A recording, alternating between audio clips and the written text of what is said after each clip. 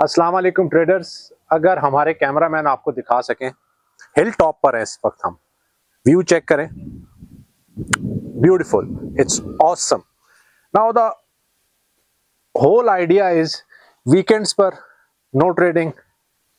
कल Monday start हो जाएगा और फिर से Asian market, European market, US market, FOMC, CPI, NFP, support, resistance, trend line, Fibonacci, ये जंग मंडे टू फ्राइडे हम लड़ते हैं।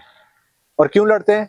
So we can have the greatest of the weekends, जो कि हम एंजॉय करते हैं, फैमिलीज के साथ ट्रैवल करते हैं, ऐसी जगहों को एक्सप्लोर करते हैं, डे आउट करते हैं और एंजॉय करते हैं। आप भी 5 दिन ट्रेडिंग, 2 दिन एंजॉयमेंट, ये स्ट्रक्चर फॉलो करेंगे तो आगे बढ़ पाएंगे। Thank you and good luck.